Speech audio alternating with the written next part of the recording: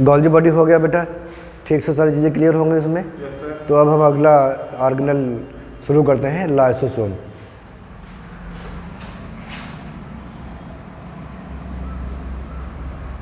Lysosome बेटा small vesicles होती हैं सेल के अंदर, जिनका फॉर्मेशन गोल्जी बॉडी से ही होता है, और ये फंक्शंस करती हैं कैसे, एज इंट्रासेलुलर डाइजेशन। ठीक है, इंट्रासेलुलर डाइजेशन में इन्वॉल्व होती हैं ये वेसाइकल्स, जिनको लाइसोसोम कहते हैं, और इसमें एसिडिक हाइड्रोलेज एंजाइम होते हैं।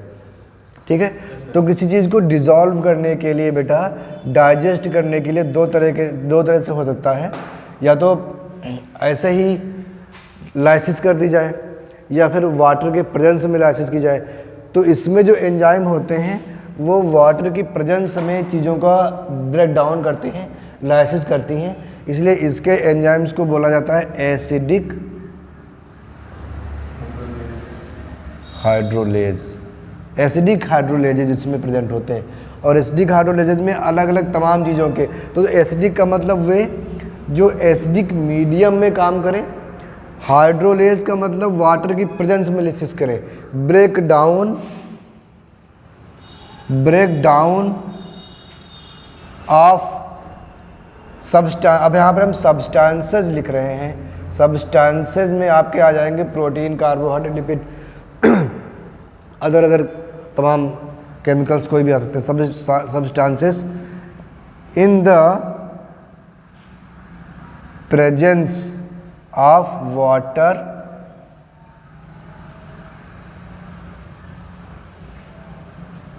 And in acidic medium. Acidic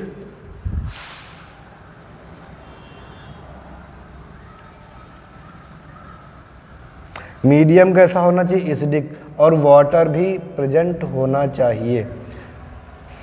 ठीक है, तो ये ऐसे एंजाइम है बेटा जो वाटर की प्रेजेंस में और एसिडिक मीडियम में एक्टिव होते हैं, उससे पहले वो एक्टिव नहीं होंगे।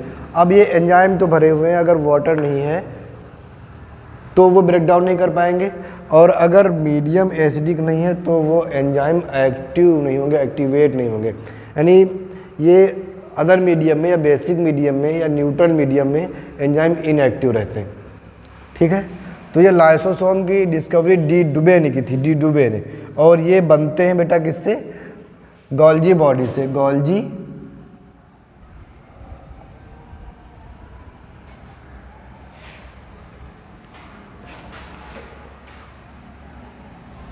गोल्जी बॉडी से इनका फॉर्मेशन होता है लाइसोसोम का। ठीक है, जैसे अब देखो ये सेल है, तो सेल के अंदर ये है न्यूक्लियस, ये न्यूक्लियस की मेम्ब्रेन एंड डबल मेम्ब्रेन, और यहाँ पर ये ईआर है,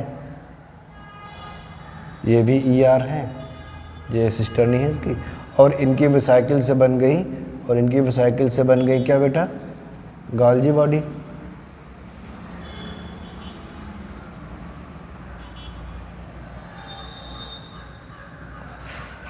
अब ये जो गोल्जी बॉडी है बेटा, ये गोल्जी, हमने न्यूक्लियस छोटा इसलिए बनाया क्योंकि हमें यहाँ पे लाइसोसोम बताना है ना, तो ये छोटा सा न्यूक्लियस बना दिया, ये हमने ये इंडोप्लाज्मिक रेटिकुलम दिखा दिया है ऐसे, और ये गोल्जी बॉडी। अब इनकी जो वेसाइकिल्स हैं, अभी हमने गोल्जी बॉडी पढ़ा था, हमने कहा था ये जो वेसाइकिल्स हैं ये पैक होकर या तो इंट्रासेलुलर टारगेट के ऊपर जाएंगी ट्रांसपोर्ट होके, या तो फिर ये बाहर निकल जाएंगी किसी एक्स्ट्रा सेलुलर टारगेट को जाएंगी, जिसको बोलेंगे सिक्रीशन। कुछ वेसाइकिल्स होती हैं जो बन जाती हैं लाइसोसोम, कुछ वेसाइकिल्स मॉडिफाई होकर के, कुछ वेसाइकिल्स मॉडिफाई होकर के बन जाती हैं लाइसोसोम। और ये जो लाइसोसोम बना है बेटा, ये जो लाइसोसोम बना ये वेसाइकिल के फॉर्म में ही है, और इसमें बेटा कुछ एंजाइम्स है जो कि अभी एक्टिव नहीं है, अभी ये बना है नया, न्यूली फॉर्म लाइसोसोम है। तो ये जो बेटा लाइसोसोम है, ये जो लाइसोसोम है, ये लाइसोसोम प्राइमरी लाइसोसोम है, प्राइमरी लाइसोसोम है ये। और इस लाइसोसोम में अभी क्या है, एंजाइम तो हैं लेकिन डाइजेस्ट करने के लिए, ब्रेक डाउन करने के लिए इसमें कुछ भी नहीं है। अभी इसमें कुछ चीज़ें ऐसी होनी चाहिए जो ब्रेक डाउन जिनका हो सके और एंजाइम भी एक्टिव हो सके। तो एंजाइम एक्टिव करने के लिए तो सब हमने दो बातें अभी पहले ही तुमको इसलिए बताई कि इसमें एसिडिक मीडियम होना चाहिए और वाटर होना चाहिए। तो वाटर तो है, ये साइटोप्लाज्म से इसमें वाटर तो आ ही जाएगा, साइटोप्लाज्म में वाटर है तो ये वाटर इसमें हो जाएगा और ये वेसाइकिल हो जाएगी थोड़ी सी बड़ी, और इसको तभी इसको हम बोलेंगे लाइसोसोम। ठीक है बेटा। और एसिडिक मीडियम के लिए क्या होगा? अब बेटा ये बताओ, ये पूरा क्या है? ये साइटोप्लाज्म है। ये बताओ साइटोप्लाज्म का पीएच कैसा होता है? एसिडिक होता है कि बेसिक होता है? ठीक, बेसिक होगा ना, बेसिक होगा। तो इसका पीएच होता है 7.2.5 ऐसे इसका होता है पीएच, यानी एबव द 7 होता है। ठीक, 7.5 ही लिख दें। ये होता है इसका पीएच, बहुत ज़्यादा बेसिक नहीं होता, स्लाइटली बेसिक होता है। और ये जो इसका जो बेटा पीएच होता है वो होता है 5 समथिंग अबाउट। ठीक है, तो ये पीएच होगा 5 ऑलमोस्ट, इसका पीएच होता है 5 और इसका पीएच होता है 7.5 एबव द 7। तो ये होता है बेसिक। अब इस बेसिक साइटोप्लाज्म के अंदर ये एसिडिक मीडियम वाली वेसाइकिल कहाँ से आई और इसमें ये एसिडिक मीडियम आया कहाँ से? तो बेटा ये बताओ कि एसिडिक मीडियम होता क्या है? पीएच लोअर देन 7, जब 7 से कम होगा पीएच तो वो होगा एसिडिक मीडियम। और पीएच क्या होता है? पीएच क्या होता है? पीएच होता है बेटा inversely proportional to hydrogen ion, hydrogen concentration. यानी जो हाइड्रोजन का कंसंट्रेशन जितना ज़्यादा होगा पीएच उतना कम होगा, और हाइड्रोजन कंसंट्रेशन जितना कम होगा पीएच उतना ज़्यादा होगा। अब समझो बेटा, अगर किसी का पीएच ज़्यादा है तो हम क्या कहेंगे कि वो बेसिक है कि एसिडिक है? बेसिक है। और ये पीएच ज़्यादा कम होगा कब होगा? जब हाइड्रोजन आयन कम होंगे। यानी कि अगर हम किसी में हाइड्रोजन आयन कम कर दें तो उसका पीएच बढ़ जाएगा, पीएच बढ़ने के साथ वो बेसिक हो जाएगा। वाइस एंड वर्सा, अगर हम किसी मीडियम से हाइड्रोजन आयन के किसी मीडियम में हाइड्रोजन आयन कंसंट्रेशन को बढ़ा दें तो उसका पीएच कम हो जाएगा और वो एरिया एसिडिक हो जाएगा कि बेसिक? एसिडिक हो जाएगा। तो मतलब हमें इस वेसाइकिल के अंदर ये मान लो, ये मान लो, यहाँ पर हम दिखा दें, ये मान लो लाइसोसोम है कि वेसाइकिल है और ये पूरा तुम्हारा चारों ओर साइटोप्लाज्म भरा हुआ है। तो यानी यहाँ पर हाइड्रोजन आयन का कंसंट्रेशन क्या होगा? हमें बढ़ाना है। यहाँ पर हाइड्रोजन कंसंट्रेशन में क्या करना है? बढ़ाना है। ठीक है, जिससे पीएच क्या हो जाए? डिक्रीज हो जाए। देखो इन्वर्सली प्रोपोर्शनल है, जब पीएच बढ़ेगा तो हाइड्रोजन आयन बढ़ेंगे तो पीएच घटेगा। ठीक है, तो अब इसमें लाने के लिए बेटा हाइड्रोजन, अब देखो अब हाइड्रोजन कंसंट्रेशन नॉर्मली जितना है वो यहाँ ऑलमोस्ट तो बराबर होंगे।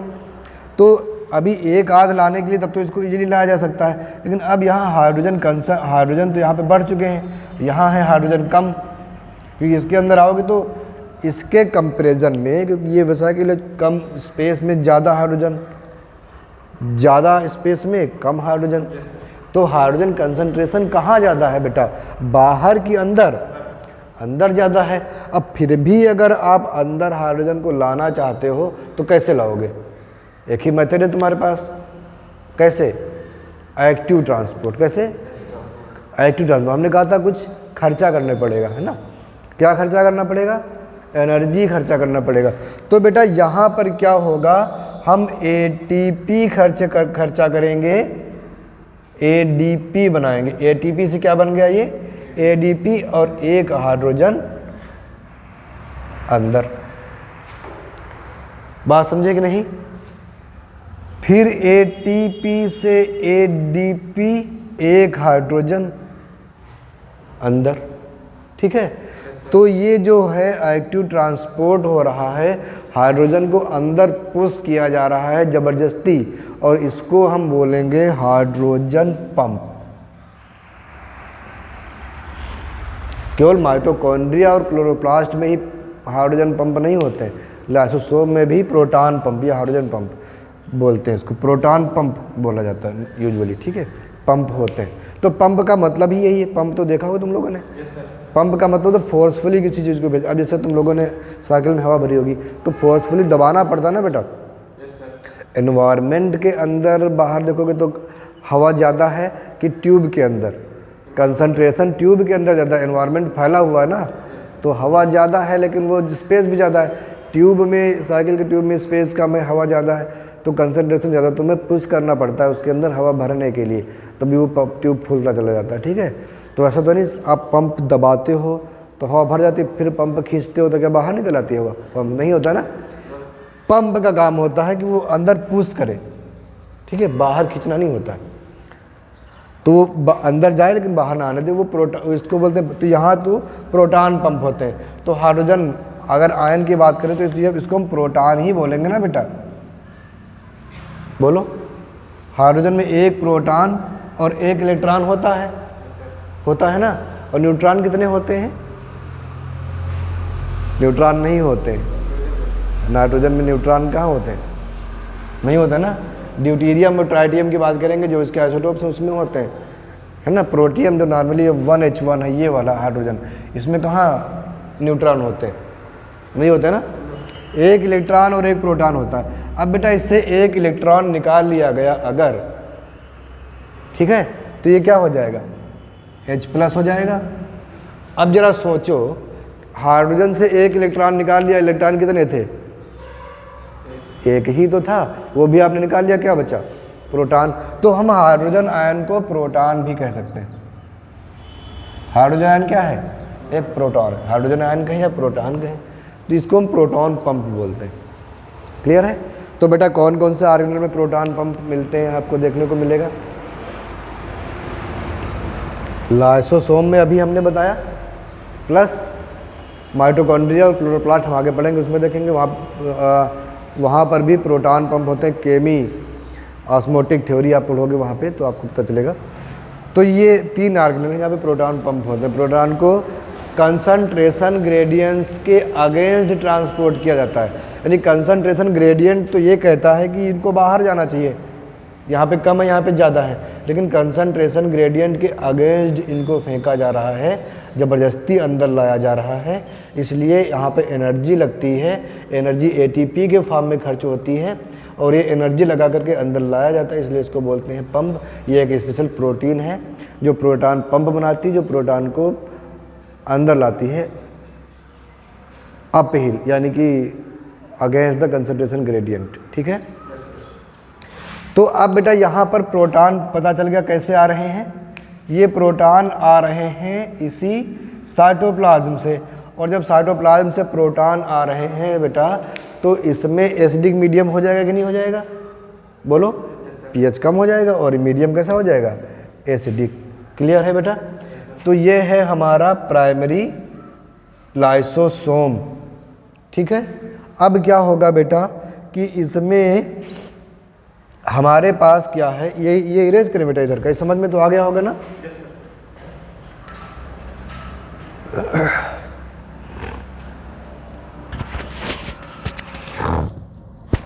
इसमें बेटा क्या है कि यहाँ पर हम देखेंगे कुछ माइक्रो मॉलिक्यूल हैं जो इस सेल के अंदर आज, एक बैक्टीरिया है या कोई भी है, ये इस सेल के अंदर अगर आएगा तो कैसे आएगा बेटा? एंडोसाइटोसिस के थ्रू आएगा कि नहीं आएगा बेटा, बताओ, है ना। और ये आ गया एंडोसाइटोसिस के थ्रू, और जैसे एंडोसाइटोसिस के थ्रू आएगा तो यहाँ पर बन जाएगी एक वेसाइकिल, और हम इसको बोलेंगे फेगोसोम। क्या बोलेंगे बेटा? फेगोसोम। इसको बोलेंगे फेगोसोम। क्लियर है बेटा? ये उसके लिए है बेटा।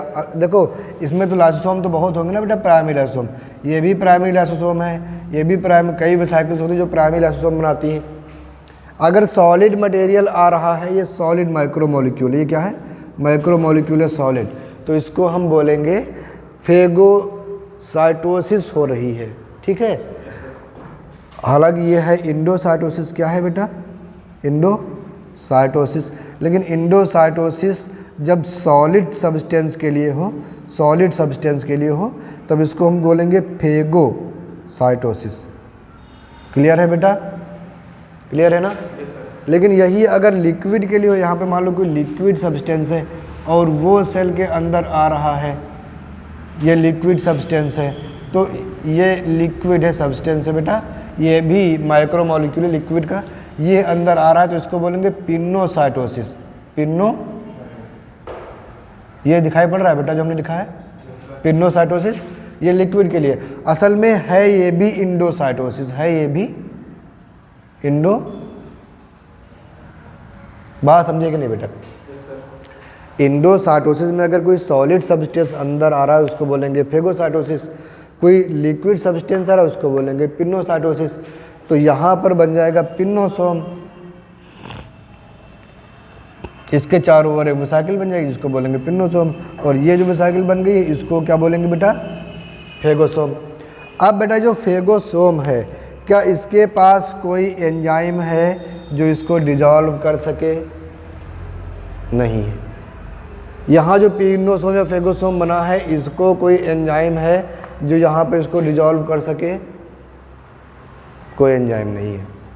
इसके पास कोई ऐसा मॉलिक्यूल है जिसको ये डिजॉल्व कर सके? नहीं है। एंजाइम है, मॉलिक्यूल कोई नहीं है। इसमें एंजाइम है जो डिजॉल्व कर देंगे, किसको डिजॉल्व करना है वो ऐसा कुछ भी इसके पास नहीं है।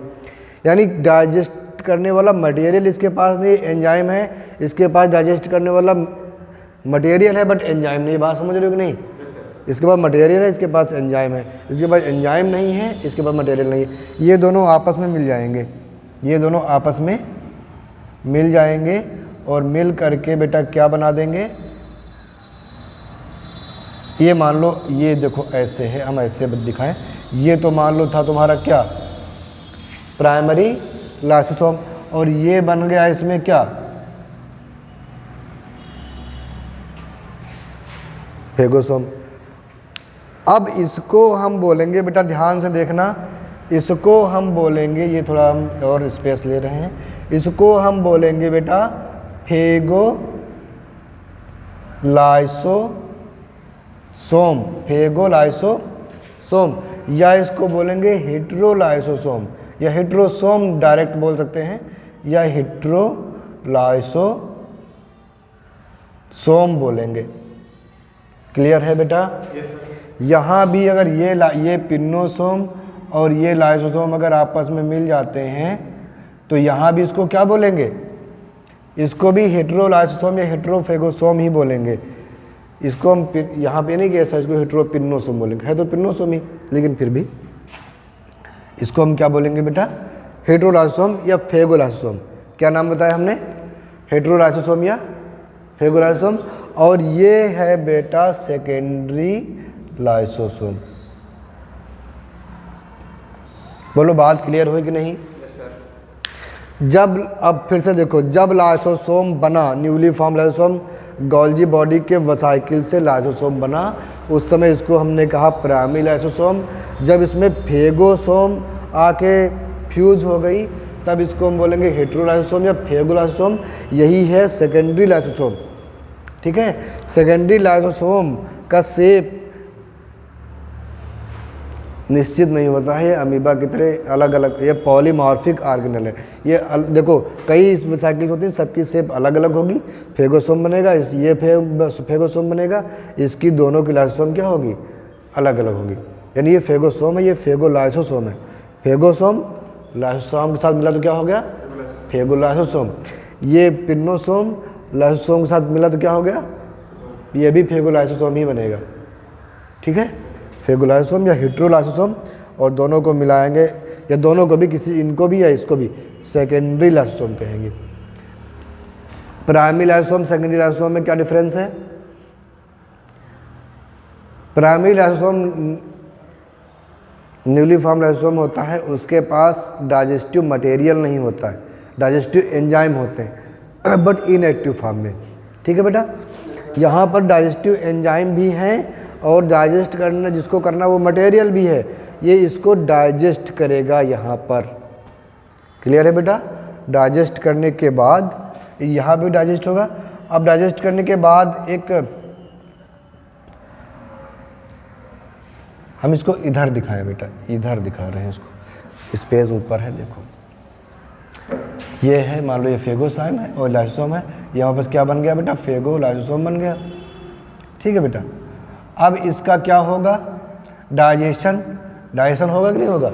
अब हमारे पास बचेगी एक रेजिडुअल बॉडी जो बैक्टीरिया या वायरस या जो भी फंजाई या उसका स्पोर या कुछ भी था जिसको हमें डाइजेस्ट करना था, ब्रेक डाउन करना था। उसका ब्रेक डाउन करने के बाद उसके जो भी काम की चीज़ें हैं, प्रोटीन है, डाइजेस्ट हो गई, उसके अमीनो एसिड में उसको निकाल लिया गया, उसको फिर सेल के बाहर निकाल लिया गया। जितनी भी काम की चीज़ें हैं उनको क्या कर लिया जाएगा, सेल को निकाल के सेल के साइटोप्लाज्म में मिला दिया जाएगा।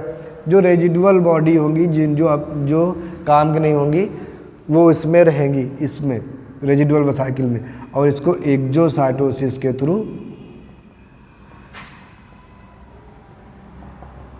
बाहर निकाल दिया जाएगा।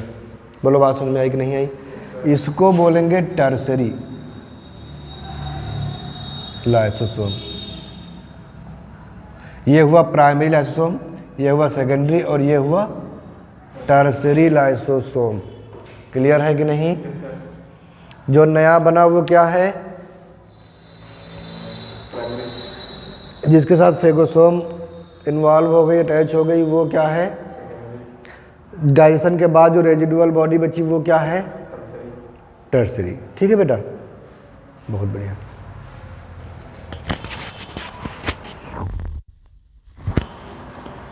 अब इसके आगे देखते हैं।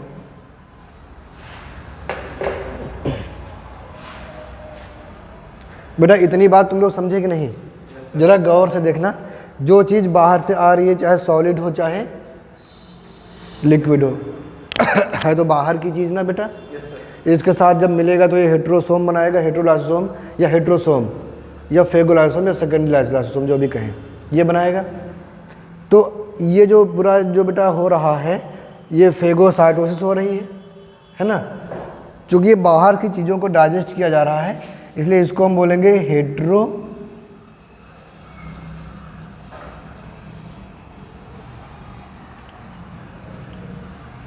हेट्रोफेगी। क्या बोलेंगे इसको, हेट्रोफेगी। बहुत काम की बात है, सुनना ध्यान से ज़रा इसको।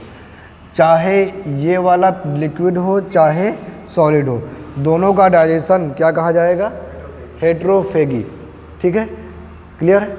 लेकिन कभी कभी क्या होता है, सेल के अपने ऑर्गेनेल भी होते हैं जो काम के नहीं रहते। सेल की कोई भी ऑर्गेनेल है, कोई मॉलिक्यूल है जिसको तोड़ना है, ब्रेक डाउन करना है, उसको कौन तोड़ेगा, उसको भी तो लाइसोसोम ही तोड़ेंगे ना बेटा।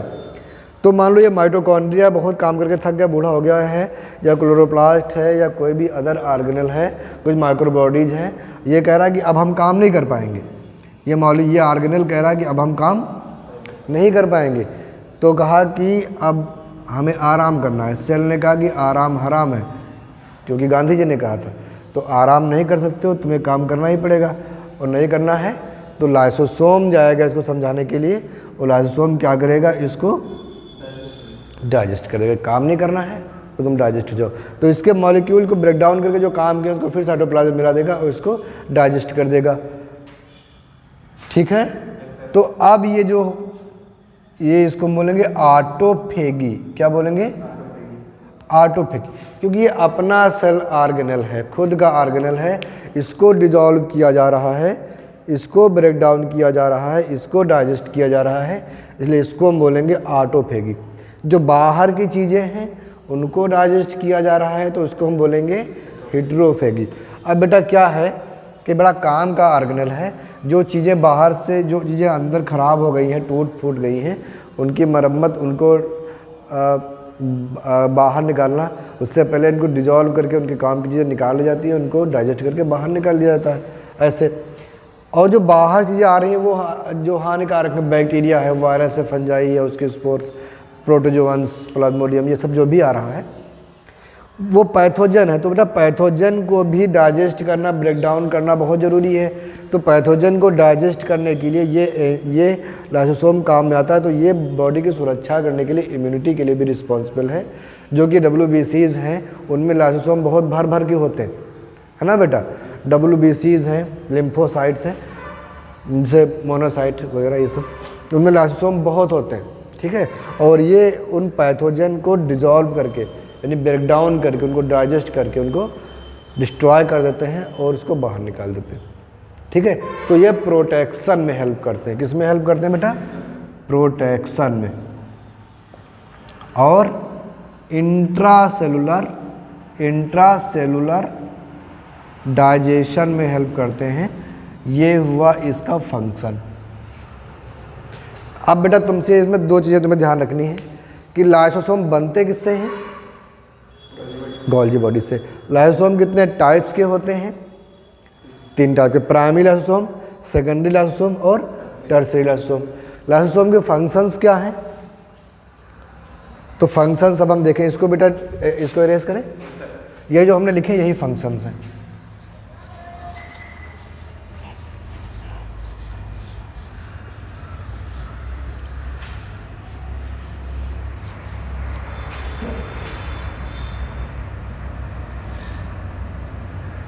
Functions of lysosome.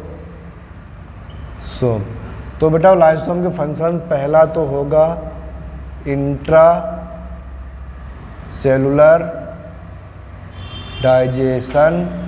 तो इंट्रा सेलुलर डाइजेशन में बेटा या तो ये बाहर की चीज़ों को करेंगे जिसको हम बोलेंगे हेट्रोफेगी, या ये अपने ऑर्गेनेल को करेंगे जिसको हम बोलेंगे ऑटोफेगी,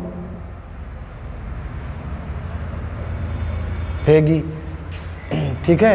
ये सेल्फ ऑर्गेनेल या प्रोडक्ट होंगे।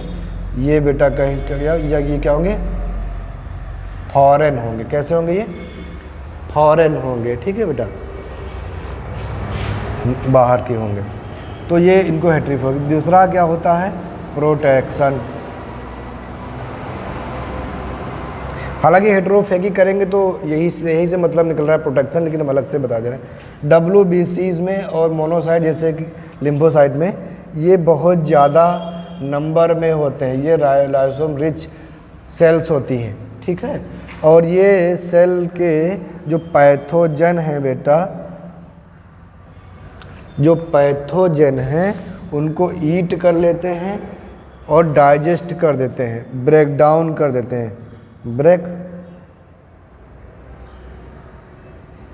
डाउन टू पैथोजेन या माइक्रोब्स। जो माइक्रोब बाहर से आते हैं उनको क्या करते हैं बेटा? डाइजेस्ट कर लेते हैं और सेल को प्रोटेक्ट करते हैं। क्लियर है बेटा?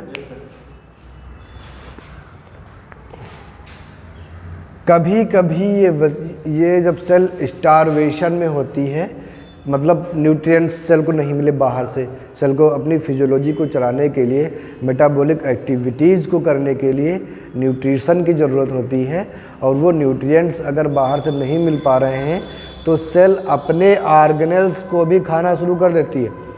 पुराने ऑर्गेनेल्स को तो खा ही रही है, लेकिन अगर खाना कम पड़ रहा है तो अपने ऑर्गेनेल, स्टारवेशन के टाइम पे बता रहा हूँ, अपने ही ऑर्गेनेल को खा के डाइजेस्ट कर लेती है और उससे अपना काम चलाती। तो मान लो माइटोकॉन्ड्रिया 10, 20, 50 हैं, तो कहा कि काम तो चल ही रहा है, 2-4 माइटोकॉन्ड्रिया खा ले रहा हूँ, ठीक है। गोल्जी बॉडी 10-20 गोल्जी बॉडी हैं, तो कहा 2-3 गोल्जी बॉडी काम कर रहे हैं और काम तो इतने चल जाएगा, जो एक्स्ट्रा उनको खा ले रहे हैं तो उनको खा के ख़त्म कर देता है। तो जो एक्स्ट्रा ऑर्गेनल होते हैं उनको भी ये खा लेता है और उसमें ये सेल के मेटाबॉलिज्म में इस तरह से हेल्प कर सकता है ये, ठीक है बेटा। कभी कभी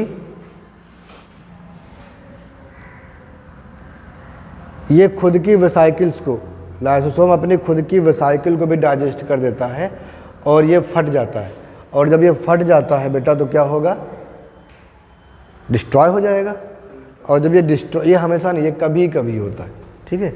जैसे कभी कभी मेरे दिल में ख्याल आता है, सुना होगा तुम लोगों ने, वैसे कभी कभी ये फटता है, हमेशा नहीं।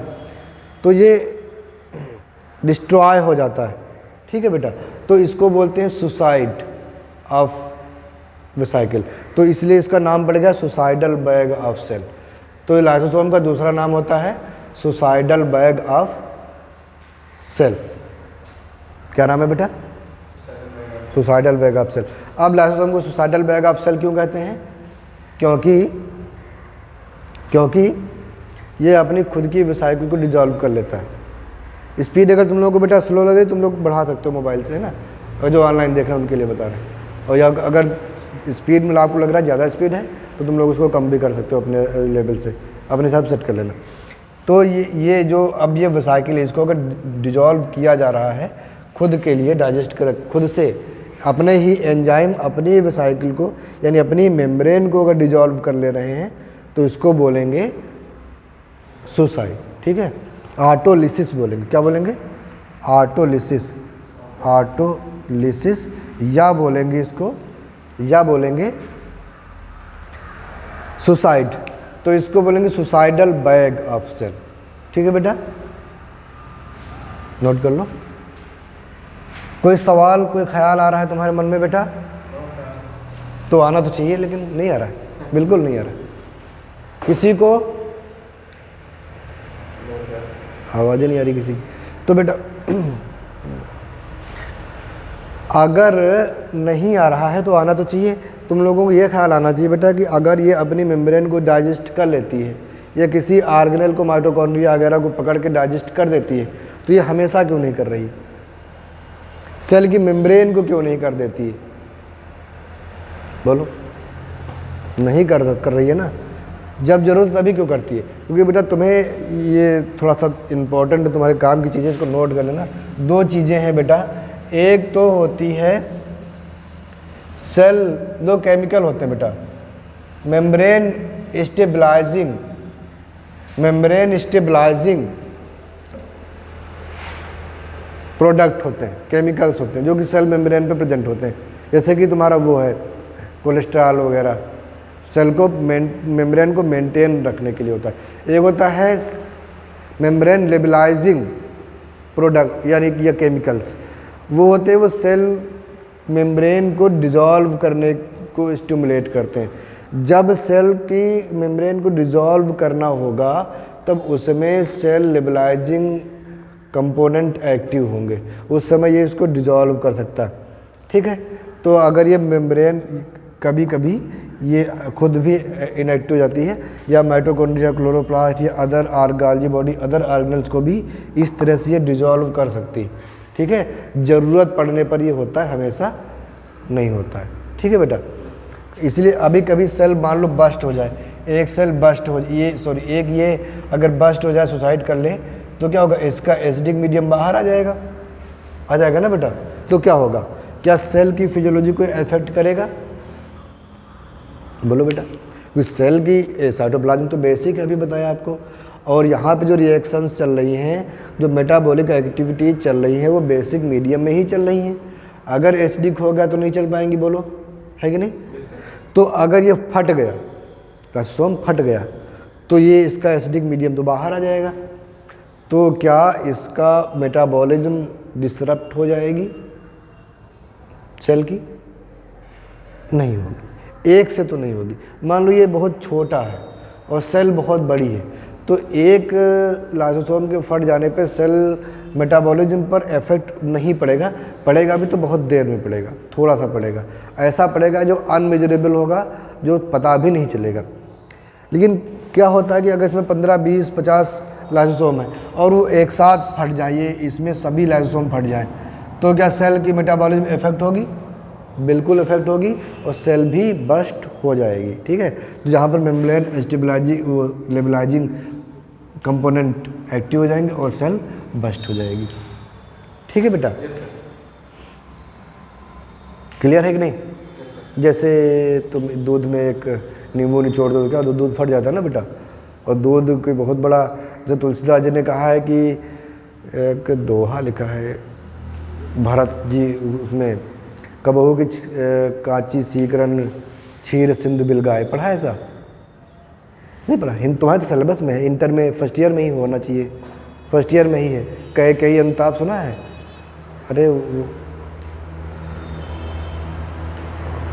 मैथिली शरण गुप्त का लिखा हुआ चाहे तुलसीदास का ही लिखा हुआ है, चौपाई में मैं सुना रहा हूँ, उसमें लिखा है कबहू की काची सीकरन क्षीर सिंधु में लगाए। पूरा सुनाऊँ क्या? भरतई होय कि राजमद विधि हरिहर पद पाए, कबहू की कांची सीकरन क्षीर सिंधु बिल गाए। कि भरत को कभी राजमद नहीं होता, चाहे वो विधि हरिहर यानी पूरा राज्य उनको मिल जाए तीनों लोगों का। ठीक है, जैसे उदाहरण क्या दिया गया है, जैसे क्षीर यानी समुद्र, जो दूध से भरा समुद्र है, उसमें साटरी डालने से वो समुद्र फट नहीं जाता है। दूध का समुद्र है, उसमें साटरी डाल लोगे, नींबू निचोड़ दोगे तो क्या होगा? समुद्र का दूध फट जाएगा? नहीं फटेगा ना। अगर हम वही बता रहे, कटोरी भर दूध है, उसमें तो नींबू निचोड़ दो तो वो दूध फट जाएगा। लेकिन दूध का पूरा टैंकर भरा है, समुद्र है, क्षीर सागर में जाके नींबू निचोड़ाओ, फट जाएगा? नहीं फटेगा ना बेटा, वो बता रहा हूँ। तुलसीदास जी का लिखा हुआ। तो बेटा ये आप देखोगे उसमें एक आध लाइसोसोम फट जाने से ये कुछ नहीं होगा, लेकिन अगर बहुत से लाइसोसोम फट जाएंगे तो सेल डिस्ट्रॉय हो जाएगी। अब इसके अगल बगल के सेल, जो टिश्यू बना हुआ पूरा, ये अगल बगल के सेल फटेंगे क्या बेटा? वो नहीं फटेंगी, क्योंकि ये जो मटेरियल तो यहाँ आ रहा है ना, इनको भी फट जाना चाहिए। लेकिन इसमें सेल स्टेबलाइजिंग जो कंपोनेंट हैं वो एक्टिव, इनको नहीं फटना अभी, जिसको फटना वही फटेगी। तो लाइसोसोम का बेटा फंक्शन बताओ फिर से क्या है? सेल को प्रोटेक्ट करना, किससे? पैथोजन से। ठीक है, और इंट्रासेलुलर डाइजेशन में इन्वॉल्व। बस एक शब्द में आप इसका फंक्शन बता रहा हूँ, ये कहोगे lysosome involve in intracellular digestions. ठीक है बेटा, क्लियर है? ठीक है, अब हम अगले ऑर्गेनल पे आते हैं बेटा, और हमारा अगला ऑर्गेनल है वैक्यूल। ठीक है बेटा।